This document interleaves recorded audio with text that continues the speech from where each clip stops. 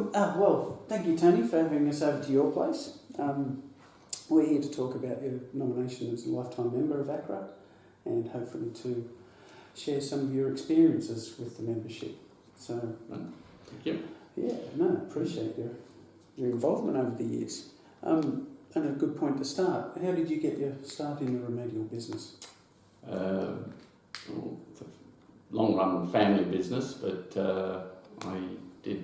I was doing a law degree and stopped one day to realise when you do a law degree you generally become a lawyer, and I didn't really want to be a lawyer, and so I left and started working for my brother it was 1981.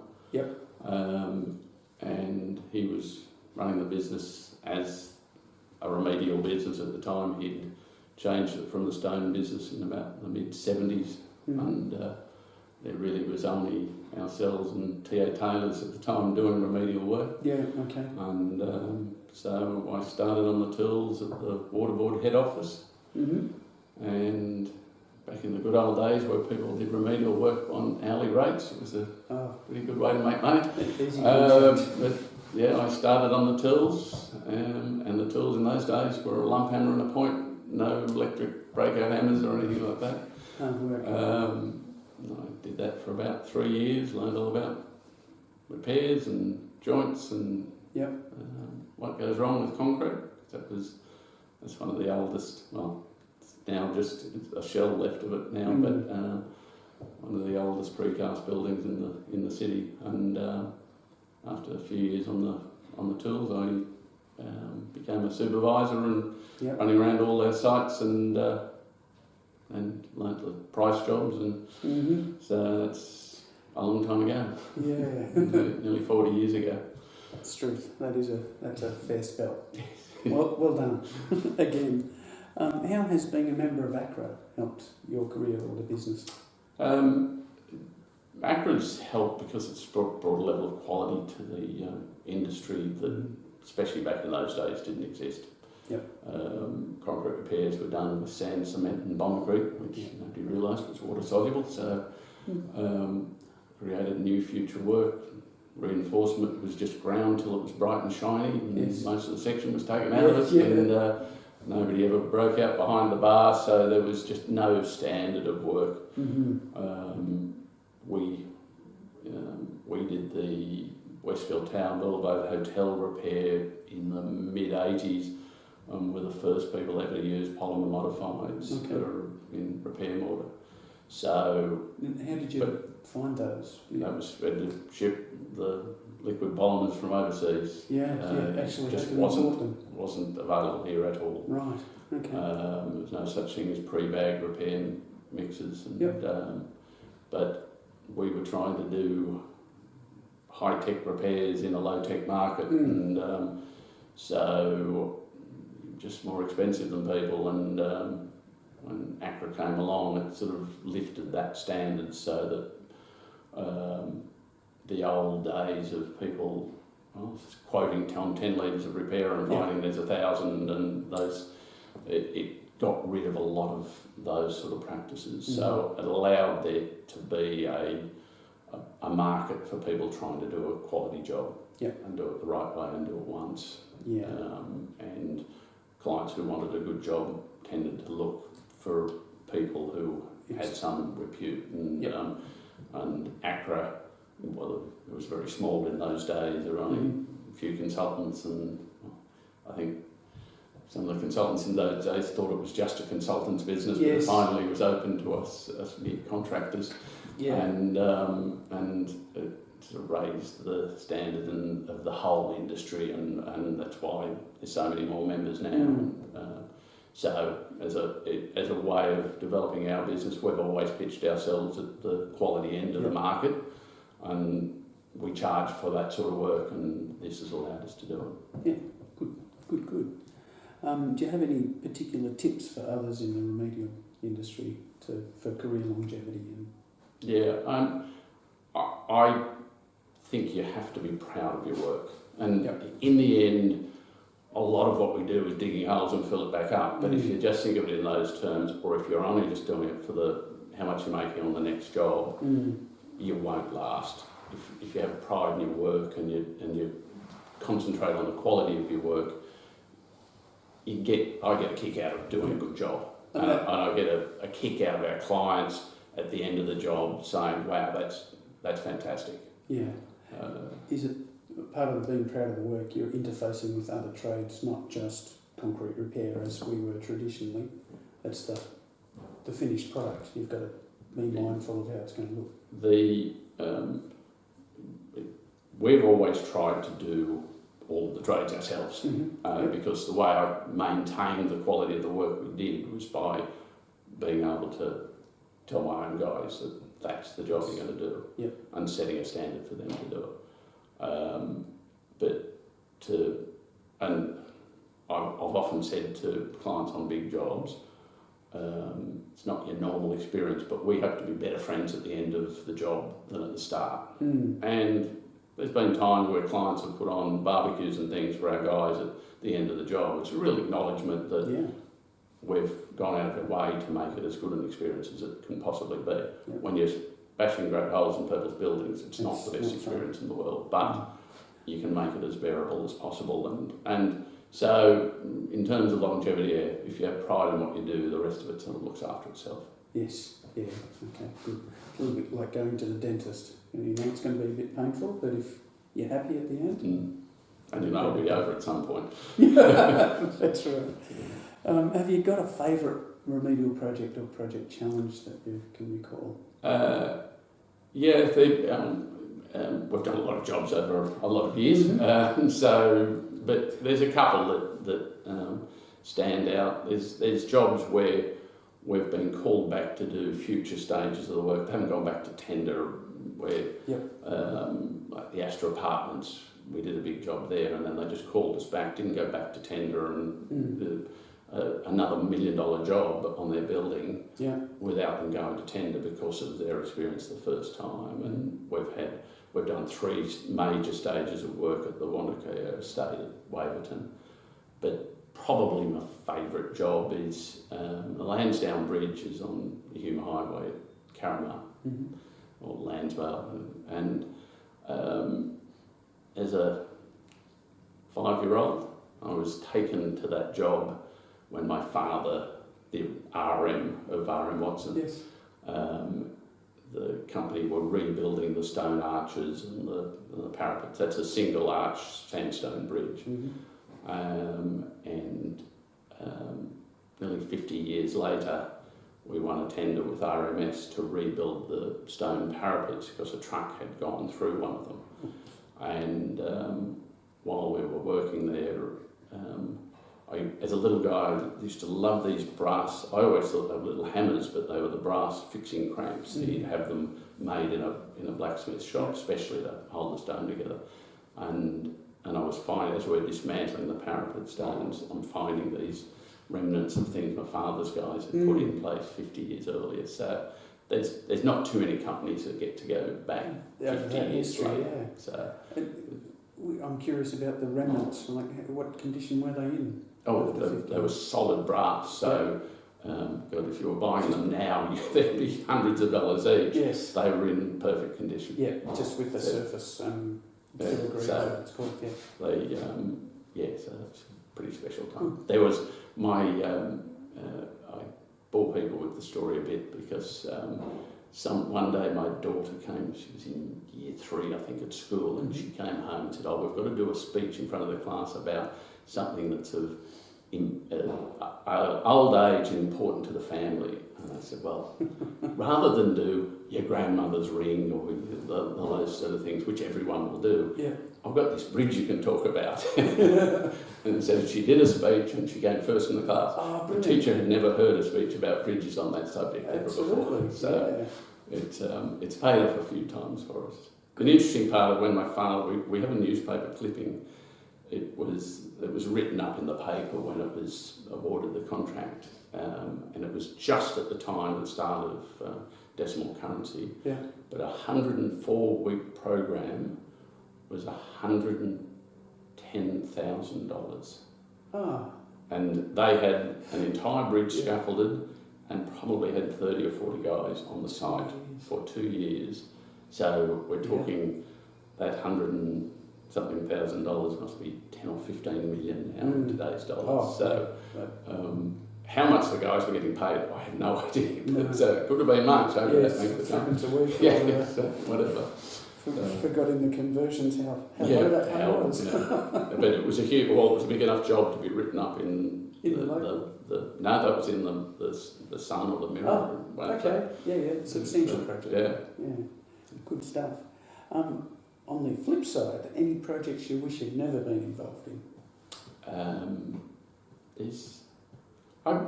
Without no great regrets. I've always, obviously like everybody else, we've made our mistakes over the years, but I always have said that the great test for contractor is what you do when you do make a mistake. Yep. You either fight it, try and get it out of your warranties and all those sort of things, or you just go back and fix it. Yep.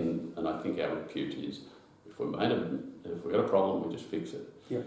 But there was a job that I didn't even know was done. But, somebody in the office did a favour for an engineer we did work for on waterproofing the bathrooms in his home renovation. Oops. And we were paid. As I say, I only found out when all of a sudden we had this claim for one of these bathrooms leaking. Yeah. And so we went to fix it, and that's when I first looked back, and we were paid $7,000, which was the cost of the material, and we hadn't even charged the full labour content. And unfortunately, this particular engineer is a very experienced and skillful litigant, as we found out. So that $7,000 job ended up costing us $400,000 to settle the matter. So, if you want to have a regret, I guess that's not a bad one. That's a fair regret, yeah. The whole office learned the lesson: you don't do favours. No. There's risk in everything you do, and you charge the right amount to do the right job. Yeah. So anyway, that's. It didn't kill you? No. It makes you stronger. That's that one. I guess. Where do you think you or the business will be in the next 5 to 10 years? It's interesting because you get as old as me and doing it this long. We've been in serious succession planning for several years now, and because while I'm still enjoying it, I'm not going to be around forever, and I have to put things in place. I've got a couple of kids, but they're at this stage not involved and are off creating their careers in another industry. So we set out with some plans, and when I say we, it's my wife and I run the place, and set out to work out what we can do, and we identified, the starting point was I sat down and looked around our office and realised I was the second youngest in the office, which is a depressing concept, and that we'd been, the least time anyone had been in the office was 9 years, and there was some over 20, and we'd all grown old together. That's right. So I started talking to the staff about where they saw themselves in 5 years, and realised that we were going to lose 60 or 70 years of experience over the next 5 to 10 years, and we had to start training up another generation. So we brought in a raft of young guys, and we only brought one in from outside the company, and that person didn't last, but all the others were promoted from site and proved their worth, and we've now sold down share in the company to, firstly it was Sam Cody has taken over he bought a share of the business, and now is the CEO. I've moved more to a chairman's type role, and this year we've sold down another tranche of shares to Nathan Gilroy, and so they remind me of me 20 or 30 years ago, Okay, good. which is about the age difference. And so I get a bit of a kick out of Absolutely. seeing as I get the pull back, they're taking over, but also I'm helping contribute and building a life for them. Yeah. An opportunity, not a life, but an opportunity for them to excel. So, it's a great thing. So I still think I'll be here in 5 years, 10. Yeah, don't know. See how it goes. But the business I can see going on. We'll go on. And, that's legacy there. And I still hold out some hope that at least one of the kids will eventually find they want to carry it on as well. So I'll probably hold on as long as that's possible. That's a prospect. Yeah. So, Okay. but I think the company is in a very good place and with our new breed. Yeah, good. Excellent. What about the building industry in general? Have you got concerns about it? I think it's a disgrace. And if the government think their building commissioner is going to fix everything, they're kidding themselves. Yeah. The government created most of the problems by giving in to some large unit developers. Lobbyists. Not allowed to name names of them. But the self-certification is a joke. Yep. It has directly led to most of the problems we have. And they've introduced the legislation only this week to give powers to the building commissioner, and he's threatened to crack down on and they are threatening to make the developer responsible by having they can be sued for negligence on the project. Yes. That is a good step. Yeah. Because to me the developer has always been the cause of the problem. Yep. And the one who's allowed off without any responsibility. Yeah, because it says, oh, the builder did. Yeah, I know I led a contract for half what it really cost to build this thing, but that's not my fault. So it's they could have avoided these problems for a long time, but until they get back to an independent, the idea of the builder paying the certifier, it just can't work because. Too often you think, well, you don't issue the certificate, you don't get paid, and so there's pretty simple things, but the standard of work is disgraceful, and it's built an industry for us, and ACCRA's expansion from my days as president into acknowledging we are a remedial industry, not just a concrete repair industry, is a very sensible thing. Because when some builders make mistakes, most of them cheat, and they cheat on things that are hidden, flashings, waterproofing, and the like, fire services, and so everything that's hidden falls in our remedial field. So yes, it creates an industry, but I must say I get a lot more satisfaction out of repairing something that's deteriorated with age rather than if I go and repair a 120-year-old bridge is a lot more satisfying than to some poor person that they fulfilled their side of the contract by signing it and paying their money. The developer hasn't fulfilled their side of the contract, and I feel very sorry for those consumers because the system doesn't give them any form of satisfaction. Absolutely. And it's because of all that, I don't describe ourselves as builders. We are specialist contractors. Yeah, good plan. Absolutely, because it's such a waste. The quality of building stock does create us an industry, but it is such a waste of GDP to spend it on renewal. It's just...